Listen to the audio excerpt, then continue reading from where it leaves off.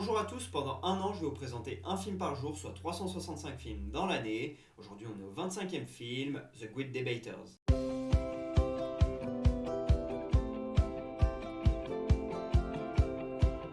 The Good Debaters est un film sorti en 2007 réalisé par Denzel Washington. On y suit l'histoire vraie d'une équipe de débat à l'université Wiley College, une université afro-américaine, puisqu'à l'époque, dans les années 30, avec un monde ségrégationniste, les noirs et les blancs n'étudiaient pas ensemble. Et donc eux, ils vont se cultiver, ils vont débattre de sujets politiques et puis de l'inégalité raciale, et ils vont faire des compétitions à travers toute la région et même tout le pays pour aller défier d'autres universités sur des débats d'actualité, des débats politiques. Et donc on suit tout ça dans ce film. Le script du film est signé Robert Eisele, qui n'est pas forcément très connu, mais dans ce film il a fait quelque chose d'incroyable. Chaque mot a vraiment une importance immense. Il y a beaucoup de citations de poètes dans ce film, ça permet de développer sa culture et son vocabulaire également, puisqu'on apprend l'origine du mot lynchage et dénigré. Et puis en plus de ça, dans ce film, on découvre le monde des années 30 en pleine ségrégation, et ça nous permet d'en apprendre plus sur cette époque triste des États-Unis. Comme j'ai dit, le film il est réalisé par Denzel Washington, et ici il fait un travail incroyable, j'adore sa réalisation, elle est très rythmée et ça permet de ne pas du tout s'ennuyer, il se passe toujours quelque chose et les dialogues sont super bien mis en valeur, parce que c'est un film qui joue beaucoup sur la parole évidemment, vu qu'il y a tout plein de débats dans le film, mais c'est hyper bien réalisé par Denzel, et moi j'avais vu Fences avant de regarder ce film, et voilà, la réalisation de ces deux films est incroyable. Je trouve que Denzel il devrait se lancer encore plus dans la réalisation parce qu'il est trop fort dedans, il a une vraie patte et son style je le kiffe. Et puis Denzel ne fait pas seulement réaliser le film, il joue également dedans le rôle de Melvin B. Tolson, le coach de l'équipe.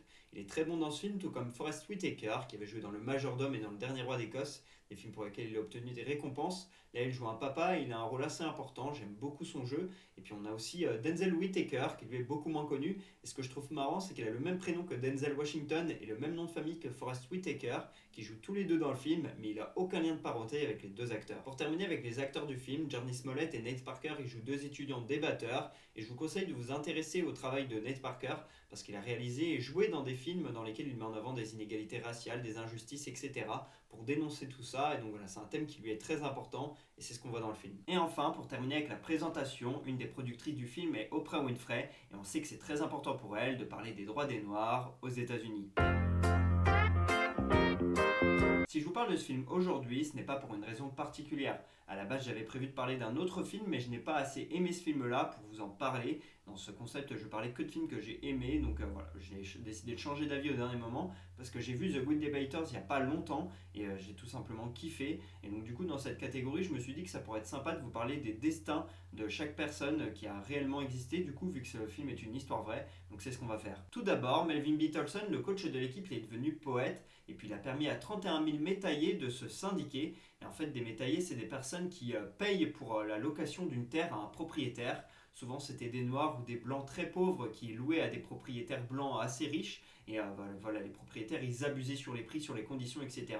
Et grâce à ce syndicat de 31 000 métayers, ils ont pu être plus puissants et avoir plus de droits. Donc il a aidé au développement de l'agriculture dans le sud du pays et notamment au Texas. James Forrest Jr., interprété par Denzel Whitaker, est devenu militant et activiste aux côtés de Martin Luther King notamment. Il a créé le Congrès de l'équité raciale qui permet de lutter en faveur de l'égalité raciale entre noirs et blancs. Pour terminer, Henrietta Bell, qui s'appelle dans le film Samantha Book, est devenue avocate et a été embauchée aussi par des universités pour parler de la place des femmes aux États-Unis et dans le monde. Ce film, je l'ai vu il y a quelques jours pour préparer ce concept et pour trouver un film de substitution à celui que j'avais prévu de parler à la base. Donc voilà, un petit changement de dernière minute, mais j'ai adoré ce visionnage. J'ai trouvé le film qu'il est passé à une vitesse vraiment folle. Les 2 heures de film, je les ai pas vus passer. Merci Denzel pour cette magnifique réalisation. Et j'ai beaucoup aimé les dialogues, bien évidemment, et puis tout le sens des mots qu'il y a dans le film qui m'a permis de m'éduquer et de développer mon vocabulaire. Donc voilà, c'est un film qu'il faut voir, je pense, parce qu'il permet de développer sa culture de manière très rapide en seulement 2 heures. Je mets un 19 sur 20 à ce film. Pour moi, il manque juste un petit truc pour en faire un chef-d'œuvre, un film incroyable. C'est cet attachement au personnage. Pour moi, des fois, il leur arrive des choses difficiles parce on suit des Afro-Américains dans le monde des années 30. Donc autant vous dire qu'il leur arrive des choses terribles. Mais il manque un petit peu d'attachement pour vraiment être à fond avec eux. Mais je trouve qu'en tout cas, la réalisation de Denzel, elle est exceptionnelle. Le jeu d'acteur est très bon. Puis j'adore bien évidemment le script, le scénario, tous les dialogues, les monologues, le charisme des personnages qu'a Denzel bien évidemment à l'écran comme dans chacun de ses films. Donc toutes ces choses-là en font un excellent film qu'il faut voir, ça vous permettra de développer votre culture et d'en apprendre plein sur cette période des années 30 qui est très difficile pour les Afro-Américains à l'époque.